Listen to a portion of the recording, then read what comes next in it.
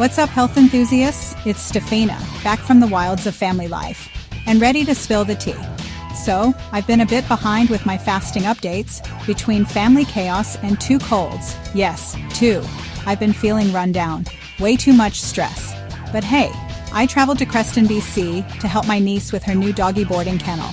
Look for my next video. So much fun, but the dining, not so much. Despite all that, I'm only up a smidge on the scale at 162. Maintaining is a win, right? Now, I'm back on track with my go-to staples: turmeric tea, green tea, matcha tea, lemon water, apple cider vinegar, and chia seeds. Yum! My breakfast: 2 eggs, salad greens, some protein like salmon, a spoonful of Greek yogurt with berries or cheese, and a few cashews. Keeps me full and fabulous. And oh, it's April 28th, voting day in Canada.